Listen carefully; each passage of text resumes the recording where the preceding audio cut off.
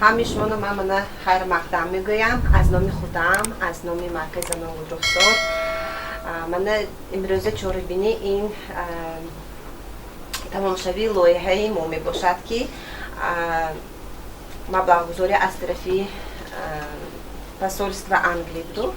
برای همین امروز لایحه در حقیقت برای همه ما دستگیری شد، برای هر یکی شما، برای ما.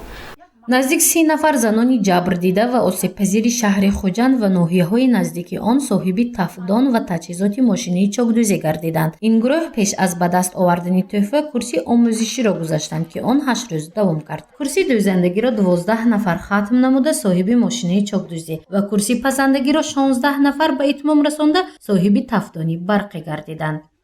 از طرف متخصصان مرکز به زنهایی که جبردیده خشونت خانوادگی هستند مصلحت روانشناس، حقوقشناس و کارمندان اجتماعی به طور رایگان و مخفی رسانیده شد و همچنین زنهایی که جبردیده خشونت خانوادگی بودند به پناهگاه موقتی قبول کرده شده کورس ریابیلیتاسیونی برقرار شوی را با همراهی فرزندانشان گذاشتند.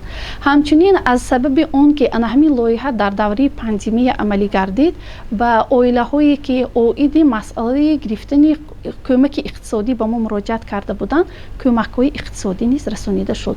چاره‌بینی مذکور در اساس لایحه دستگیری زنان جبردیده خشونت خانوادگی و زنان عائله‌های آسیب‌پذیر شهر خوجند و ناحیه‌های نزدیک آن عملی کرده شد. عملی شوی آن از 1 نوامبر سال 2020 آغاز گردیده تا امروز مورد عمل قرار گرفت که در نتیجه 28 نفر زنان آسیب دیده شهر خوجند و ناحیه‌های اطراف آن صاحب کسب علاوگی گردیدند. هدف همین لایحه از آن عبارت بود که زنها هم از خدمت‌های متخصصان مرکز برخوردار شوند و همچنین صاحب کسب و کار علاوگی شوند تا که برای پیشرفت اقتصادیات عائلویشان سهم خودشان گذارند. یعنی عموما در همین روانشناسی میگویند که ترودوتراپی یعنی مهنت کردن هم از حالت‌های عصبانی آدم را میبرد و از همین لحاظ ما همین لایحه را عملی کرد. این زن از ناحیه بابا جان غفوروف می باشد و یک کودک معیوب دارد. وقتی که در زندگی با مشکلات زیاد روبرو شد حالت روانیش تا رفت بدتر می گردید. از این رو وی تصمیم گرفت که به تشکیلات جمعیتی مرکزی زنان گل رخسار مراجعت نماید. از سال 2012 این جانب با متخصصان تشکیلات مذکور همکاری را به راه مانده است. من بسیار همین افتادش دیگه نمی‌جام دیگه جدا شوی ها و همین بسیار ادوکات یاری رساندگی و ما همه دستگیری کردن، همه سخنهای شیرین، سخنهای ناگفتنی که دلی ما شاد کردن بر زندگی به زندگی یک روحی بالوده روحی بالوده با ما راهی راست با زندگی شایسته تلقین کردن به آنها منت داره. خودم را از جهان تشکر منت دارم رو بیان میکنم.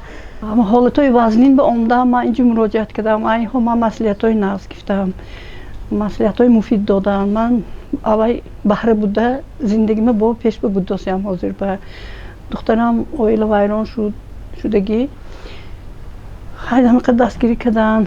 همینجا عمده یک مدت و زندگی هم کرد.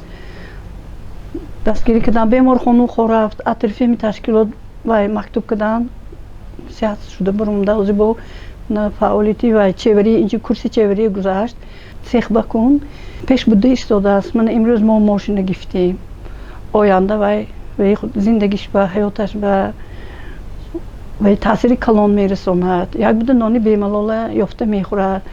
تشکیلات جمعیتی مرکزی زنان گل رخسار بیش از 25 سال اینجانب فعالیت خود را به راه مانده است. آنها اساساً با زنهای زیر فشار و خشونت قرار داشته کاربری می‌نمایند و به این گروه مردم کمک مادی و روانی می‌دهند تا حالت بحرانی آنها معتدل گردد. در این دوره بیش از 60 لایحه را عملی کردند که همه آن بهر پیشگیری زوراوری در عائله و خشونت خانوادگی نگران داشته است.